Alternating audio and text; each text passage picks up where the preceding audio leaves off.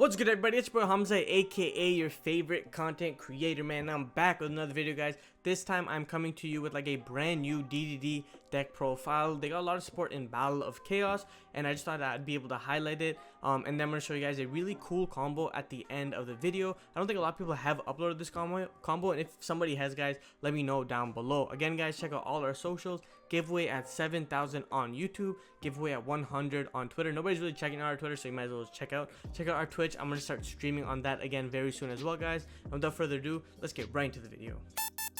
Alright, guys, so starting off with the video, of course, we are going to be starting off with like our normal summons or our starters of the deck. So the first three cards we are going to be talking about is DD, Savant, Kepler. Kepler is a very good card in what he provides, because on normal summon you can either add a gate card from your deck to your hand, or you can bounce like a face up dark contract or like a DDD like scale card or something like that. That second effect doesn't really come up. It kind of comes up in like the grind game where like you have to bounce your own scale so you can get like a Gilgamesh effect to resolve successfully.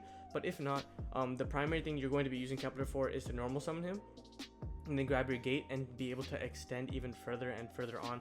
Like Kepler by himself, if you play DDD Go King Reggie, is like a one card combo, but I just don't think that you really need that card. But anyways, guys, yeah, Kepler's really good. His scale effect is like pretty unique. I'm pretty sure he like reduces his scale or something like that. You don't really need to do that. But then anyways, then we of course are playing triple DDD Savant Copernicus. Copernicus has a pretty cool effect. So basically his main effect, and the effect that you guys really need to know about, is when he's normal or special summon, he can send a DD card or a dark contract card directly from your deck to the graveyard. Then his skill effect says if there's like a spell card that's activated to burn you, aka the gates, all the gates activate, you can negate and destroy that card. So it's like pretty relevant if like you're gonna get burned for time and you still have Copernicus in your scale. You can protect yourself from dying, so like your opponent might BM and scoop. But yeah, these two cards are like the best normal slash special summons that this deck has. And then of course, moving on, we play triple DD Griffin. Now this is the new card that came out in Battle of Chaos, BACH, aka because that's a BACH set. But basically, DD Griffin has the effect that says if you control another DD monster, you can special summon himself from your hand in defense position. Then his other effect is if this card is pendulum summoned, you can discard like a DD or dark contract card and then draw a card. And then his third effect is if he's special summon from the graveyard, you can add like a dark contract. So that's actually really good. Like this guy has like a hella effect, so this is actually really good. Griffin is actually how like you facilitate a lot of your plays, because if you guys can see already, you go normal Kepler effect, get the contract effect, get Griffin, special Griffin, and then combo. Again, I will show you guys a combo later on at the end of this video. But yeah, this is it for like the main, I guess you could say, like the starters right here, apart from the gates and then the extenders. So then moving on from these guys, we play triple DD Swirl Slime, and then following up with DD Swirl Slime, we play double DD Necro Slime. So I'll explain the theory behind this right now, because I know I do see a lot of people like net decking. They kind of don't understand the ratios or why they play specific cards the way they do. Of course, you want to max out on triple DD Swirl Slime just like you're maxing out on your normal summons and your extenders. The reason for this is Swirl Slime has an effect where you can send him and another like DD card from your hand to the graveyard to fusion summon, or I think it's like a hand effect activates and then you fusion summon, send to the graveyard. Then you can banish them from your graveyard and special summon a DD monster from your hand. So again, hard opening this card is actually really insane, because it facilitates a lot of play, especially if you open these two together. But moving on to the Necro Slime. Necro Slime isn't as good because Necro Slime only has one effect. Its effect is you can banish and then fusion summon using this card from in your graveyard. But the reason why you only play two is because you have to have one in your deck to actually be able to play with Copernicus. And you kind of don't really want to send Lamia, just because it's a little weird. Like Lamia is better as like a extender. I can kind of explain this like Red Eyes Fusion, where it's different, because if it's Red Eyes Fusion, you don't want to see a Red Eyes Fusion, right? So you play one Necro Slime. But the main thing about it is that Red Eyes Fusion was more of like a contingency plan, whereas this is like key to your combo. And you also want another DD Necro Slime going second, or sorry, not going second, but turn 3, and you guys will see why in a second. So yeah, just 3 Swirl Slime, 2 Necro Slime. It's pretty standard. And then we play double DD Oblivion King Abyss Ragnarok. This guy's actually pretty insane in what he does, because basically this guy says if DD monster is like normal special summon while this guy's in scale, you can target a card and then reborn it, and then you'll take 1,000 burn damage. And then I'm pretty sure like his monster effect is the exact same. I'm just gonna quickly read this card. This guy literally says if this card is normal special summon, target one DD monster graveyard and special summon it, and then once per turn, if he's on the field, you can like tribute a card, and then you can banish like a monster your opponent controls. So it's pretty good. And Abyss Ragnarok is actually really nice. You guys have seen the extra deck that he's actually a really good like turn 2 play as well. Or not turn 2, sorry, turn 3 play as well. Like he's actually really good. His monster effects is very important as well as the skill effect. So this guy's actually good. You could actually technically max out on Abyss Ragnarok, but I just wanted to make more space and kind of cut it to 40. Again, all my deck lists are like, in my opinion, the best versions of the deck, but we'll just see. Then I'm playing double, or not double, sorry, 1 DD Orthos. Basically, his effect is you can like target 1 DD or Dark Contract card you control, and then 1 spell trap card on the field and destroy them both. And then he's a level 4 tuner, and his other effect is like if you take burn damage, you can special summon them from your hand, and that's actually really important with cards like Abyss Ragnarok. And yeah, to be honest, it's really nice because like say you go Abyss Ragnarok to Reborn, and Orthos is in your hand, you can special summon Orthos as like on resolution, gets more of extenders, so Orthos is pretty good. This is probably one of the only cards I would say like you don't really want to play 3 of. All the other cards you can make an argument to play 3 or 1, but I feel like 2 Orthos just feels really nice, and missing the Orthos damn near sucks. So again, the 1 Lamia, you can up Lamia to like 2, 3 even if you want to. I think that the 1 Lamia is good right now. We're not really playing like a synchro turbo variant of the deck. We're just kind of playing like kind of like a DD deck where we abuse all sorts of mechanics instead of just like one mechanic is being like more prevalent. For example, like this deck, we're not really focusing on pendulum summoning. We're just focusing on summoning as many DD monsters as possible, and like depending on our hand, that's what we can do. So then again, we just played the 1 DD Lamia, and then I'm proxying. I couldn't find my Thomas, but this is DD Thomas. I'll throw a picture right here so you guys can see and really understand what Thomas does. Basically, Thomas's skill effect says is you can add 1 DD monster that's face up in your extra deck back to your hand. That's once per turn. His monster effect is like you can like destroy DD card in your pendulum zone and then special summon the level 8 DD monster from your deck, and then like it's like a whole thing. You don't really need that monster effect. You only care about the skill effect, and the skill effect is really cool. And I'll show you a nice combo with this card after. But that's it for like the main deck monster count. Now moving on to the hand traps, because again we're in a format where like we kind of have to play hand traps. We are playing triple Fantastical Dragon Phantasme, and the reason for this, and like I know you guys might think this is troll, but the reason why I play triple Fantastical Phantasme Dragon, or whatever this card's called, is like this card actually has applications in every deck in the current format right now. So basically against Sword Soul you get a free summon, against like a monk help you see your hand traps. Against PK they always have like Rusty plus Anaconda at least, so you're drawing 3 cards, and if they have the other guy you're drawing 4 cards. And basically it's very threatening to like decks like Griffin Rider, where you go like reveal Phantasma and you're gonna draw 4 cards. Like they have to think about negating that, and then if they negate that, then you can use your secondary interruption for like to play instead of stopping their plays, because again Scythe is the issue in this deck. So I think Phantasma is like really good. And then Phantasma gets even better when you play this card, which is triple Nibiru the Primal Being. And again, the same thing before is like I said, you go Phantasma effect. Your opponent, if he negates it, you just drop Nibiru on them. If you go Phantasma effect and they go Griffin Rider negate, you can chain Nibiru. Nibiru will wipe the board. You'll summon Phantasma, and now you have Phantasma and Nibiru on your board. And then Phantasma draws you 1 because it says equal to the number of link monsters your opponent controls plus 1. So again, Nibiru is really good in that instance. And there's actually a pretty unique instance as well, where you'll like crash your own card. And I'll explain that when I get into the extra deck. But yeah, so triple Nibiru, and then I'm playing triple DD Crow. I think DD Crow is really good as well in this deck as well as in this format, because yeah, if your opponent has Griffin Rider, he has Griffin Rider and it stops you from playing. But DD Crow is not a hard once return. It works really well with Phantasma. Drawing it even as your 6th card, DD Crow is actually very, very strong. I think it's better than Skullmeister in that regard, because you can DD Crow anytime, whereas like Skullmeister is very specific to like it's okay, but DD Crow also stops the DD mirror match because they have to target to Reborn. So DD Crow is very good in that regard as well. And again, the main thing is you go like DD Crow target Scythe, they go Griffin Rider, you just go DD Crow, so you don't need to use those cards during your opponent's turn. You just hold them for your turn, which I feel like is like really, really important now, being able to play against Scythe. Konami, please e-ban Scythe.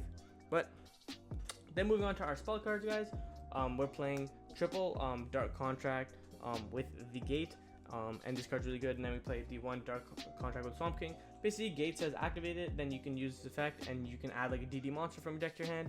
And then during the standby phase, you just burn for 1,000. This card's not really on the field past turn 1. So yeah, and then Swamp King says during your main phase, you can use this card to fusion summon 1 Fiend monster, and if you're going to fusion summon a DD monster, you can like Miracle Fusion and banish monsters from your graveyard instead. Swamp King is actually really important in that regard. So yeah, that's all you play. You don't really play like the other DD cards because like it's kind of gimmicky. These are the only ones you want to get. You always want to search this, and if you already have this, you get this. And basically you can facilitate those cards really easily in your deck. And then we play, of course, the one Dark Contract with Patent License. This card, we only use it for its effect when it's sent to the graveyard. It basically says you can like add a DD monster from your graveyard or face up extra deck to the hand. But say for example we have this card in our hand and we've already gone through everything. Its other effect says that once per turn, if your opponent special summons a monster that has the same type, like Fusion, Pendulum, Link, XYZ, Synchro, as a DD monster you control, you burn for 1,000, and then your opponent can't special summon that type monster for the rest of the turn. That's not hard once per turn. So a good example I like to use is like, say they go like special summon Monk, Patent License will trigger to burn them for 1,000. Now they can't summon Link monsters, so they can't go into Needle Fiber. They have to go Synchro summon into Shishao. Patent License will burn them for 1,000, and then they can't summon from Synchros. So it's actually a really good card. But again, we use its other effect, which is the main effect, which is like recursion, try and get cards back. Then for consistency cards, we're playing triple Lure Darkness, and this is why I was saying that I think that Phantasme and DD Crow are really powerful in this deck, or in this deck build especially, is because these cards are darks, right? And basically they work really well with Allure of Darkness, so like you're not really getting punished. You have a lot of dark targets that you want to banish. Sometimes you want to keep your DD cards in your hand, so you just banish Phantasme or DD Crow. And then again, Phantasme is just a really nice card in itself, and same with DD Crow. So I think that like playing Allure of Darkness, you really get rewarded for playing the dark hand traps. So again, we're playing triple Allure of Darkness, and then to round it off, we play the one Call by the Grave and the one 1-for-1. And then the last card we play is the one of DD Headhunt. And basically this card's like Crackdown, Snatch Steal, I guess you could say, like quick effect searchable. And if your opponent uses a monster that was special summon from the extra deck, you can treat that monster as a DD monster instead, which is actually pretty good. But yeah guys, that's it for the main deck. Pure 40, we're playing 40 cards. It's really nice, the deck. And now moving on to the extra deck, guys. Of course, the star of the show, we're playing triple DD Abyss King Gilgamesh, DDD, sorry, different dimension demon baby. And basically what he says is you can summon him using 2 DD monsters, and then when he's link summoned, you can set pendulum skills directly from your deck to the field, so like low scale, high scale, and then you take 1,000 damage, and then you can only special summon DD monsters for the rest of the turn. Or not, I don't think it's for the rest of the turn. I think it's for the rest of the turn, yeah, because yeah, so it's for the rest of this turn. And then if he's destroyed by card effect, or if he's destroyed by an attacking monster, not if he crashes, you can like special summon one DD monster from your like extra deck or like from your graveyard. And yeah, so he's really good. He's really important. You go through like 2 during your generic combo, and then you have the 3rd for follow play. This card's like absolutely insane. If they were to hit this deck, they would definitely put this guy to 1, just like kind of like let you play but not really let you play. Like this guy's absolutely insane. It kind of reminds me of like triple Electromite, where like you just spam Electromite. So I think that Gilgamesh is really good. Yeah, and then moving on, of course, we play the brand new Dark the Dark Charmer. If you guys don't know what he does, is he basically works like every other Charmer does, where like if he's destroyed, you can add a monster with specific defense. But the thing is, another very important interaction, what I was alluding to before, is there's a really unique interaction with Nibiru and Dark and Shadow Jibril. For showing me. If you guys don't know, his name's like GG Jib XD from Dueling Book, guys. He actually told me about this interaction, which is actually pretty cool, where it's say for example you nib your opponent, right?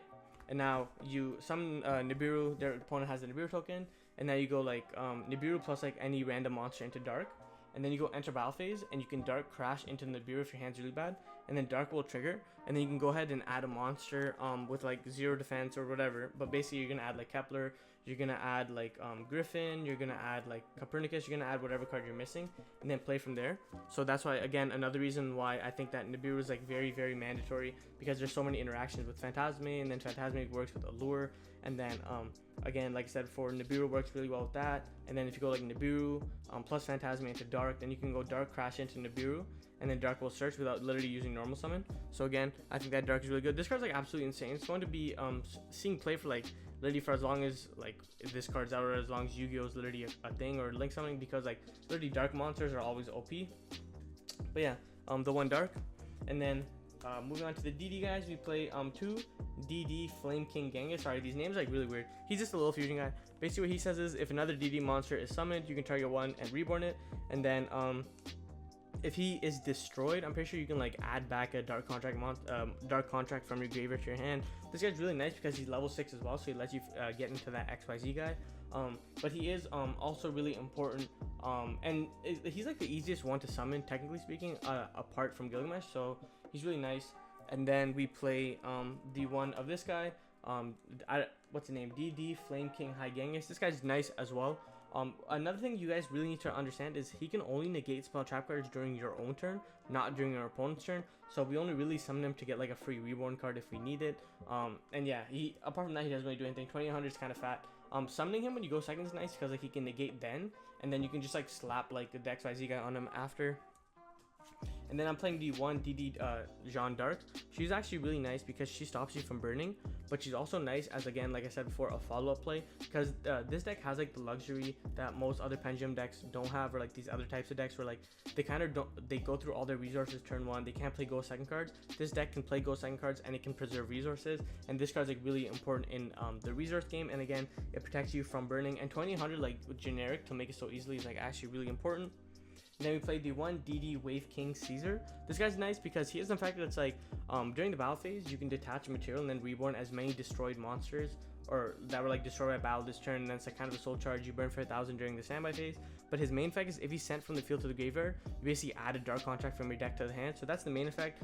That's not hard runs to turn, so if you end up looping him, it's actually pretty funny. But again, he's important for that, but he's only really important for the combo. Another card is DD Marksman King Tell. If you guys don't know what this guy does is, again, you can overlay him like kind of like Gaia Saber, where like say for example you summon Caesar, you can just slap him on like this, and then you just have material. His effect says you can detach one material, target one monster on the field, it like loses 1000 attack, then burn your opponent for 1000. It's pretty nice effect. Make sure you guys are always using this if you summon him on your turn run play. And then his other effect is if he's sent from the field to the graveyard, you can end up milling a card from your deck to the graveyard, or like a DD card. Pretty good. Then we play the one DD Wave King High Caesar. This guy's pretty good. He's like a Lagia. If your opponent will activate a spell card, trap card, or monster effect that special summon, detach one, negate it, not 100 runs per turn, so you can do 2 negates during your opponent's turn. And then again, same thing as always, like if he's just like destroy a battle card effect, you can get like a dark contract. Most of the big guys have that effect. And then the new guy, we are playing double Deus Ex Machine X, or whatever his name is. His pendulum effect, it's not that important, but basically what he says is you can target one DD monster in your graveyard, one other monster in your pendulum zone, and you basically just swap the places, and then you special summon the monster you swapped. So if you have a card in your pendulum zone like this, then you have like another DD card in your pendulum zone like this, basically what he will do is you'll use his effect, he'll special summon this pendulum zone and then take a card from your graveyard and put it here. So it's actually a pretty unique effect. Then he also has the effect where during the standby phase you can just put him in scale, so you get some real nice recursion with like Ragnarok. And then the important effect is when your opponent activates a monster effect, you can detach 2 materials from this card or pop 1 dark contract and then equip it to it. But again, if this card gets like Ghost Ogre, it can equip, so it's really nice in that regard. And then to finish off the extra deck, we played the one Siegfried. This guy's like a hot red for spell and trap cards. If he's destroyed, you gain 1000 life points. Then the last card we play is the one Baron de Fleur, and that's specifically for the anti-Nibiru combo. So again guys, 40 in the main deck, 15 in the extra deck, and I was quickly get into a combo. Alright guys, so now I'm going to quickly showcase you just a 1-card combo. And again, like I said before, I don't play Go King Reggie, so this is the 1-card combo that I'm thinking of. This is what I mean when I say that we can still combo without it. So again, basically, it's Dark Contract, and you have 4 other cards in hand. You don't even need these cards at all, it's just the Dark Contract. So we go ahead, we activate Dark Contract, use Dark Contract effect. This will go ahead and add us our Copernicus to our hand. And then we go ahead and we normal summon Copernicus. We use Copernicus's effect. This will go ahead and send Lamia directly from the deck to the graveyard. Now we use Lamia. Lamia will end up sending the Dark Contract to special summon herself. But again guys, let me just move this real quick for you guys. But again, Lamia gets banished, just remember that. Then we go ahead and we link summon this and this away into our Gilgamesh. And then we use Gilgamesh's effect, and Gilgamesh will go ahead and scale Cerberus and scale our Thomas. Again guys, I'm getting Thomas eventually, I just don't know when. But now we have Copernicus and Thomas like that. Cool. From here, what we're going to do is we go ahead and pendulum summon first. So we pendulum summon the one Copernicus, and then we use Griffin's effect, which basically lets you destroy himself, and then monsters on the field gain 500 attack for like each Dark Contract card on the spell trap zone or in the graveyard. Since we have one, you target, like, it doesn't matter which one, but you target this guy, pop himself. Then he goes to the extra deck, and then use Thomas effect. He's like Oath Dragon, but you don't need another card in the skill. And then Thomas will go ahead and add Griffin to your hand, and then you special summon Griffin like this. And we go ahead and we overlay Griffin into our Wave King Caesar. Cool. From here, we go ahead and we link our Griffin, or not Griffin, sorry, our Wave King Caesar and our Gilgamesh away into another Gilgamesh. Now this one I say you always go through 2 Gilgameshes, and this will go ahead and trigger our Caesar guy, and Caesar will basically add us a contract, which is Dark Contract of the Swamp King. We go ahead and we activate Dark Contract of the Swamp King, and since we're going to be fusion summoning using a DD monster, we can go ahead and banish Copernicus and Gilgamesh. And now this will go ahead and summon out our DDD Flame King guy. And then from here, what we do is we go ahead and shift this guy down, and this will go ahead and special summon into our little guy. And then this will go ahead and trigger our Flame King. Flame King will go ahead and trigger to target our Griffin. This special summon Griffin. Now Griffin will trigger to go ahead and add our DD Headhunt from our deck to our hand, guys. So again, like I said, for just the 1-card combo, you essentially end with Thomas, who's like consistently looping cards, consistently giving you follow-up play. You also have a DD Headhunt that says you can snatch steal any monster your opponent controls, and then if it was summoned from the extra deck, you can go ahead and actually you can go ahead and take the monster and use it as a DD monster. Technically speaking, you can push through even more if you wanted to, but this is just like bare bones 1-card combo. And then again, you have this guy's effect, which is going to go ahead, he's going to pop this contract, equip, and then he's going to go ahead and do it again. So now you have 2 machine effects, and you have the 1 Headhunt. So guys, that was it for the video. If you guys liked the video, go ahead and comment down what you guys liked. If you enjoyed it, especially guys, hit that subscribe button if you guys have not subscribed already, guys. Like I always say, my name is Hamza. Keep on shining, never run your dreams. Peace.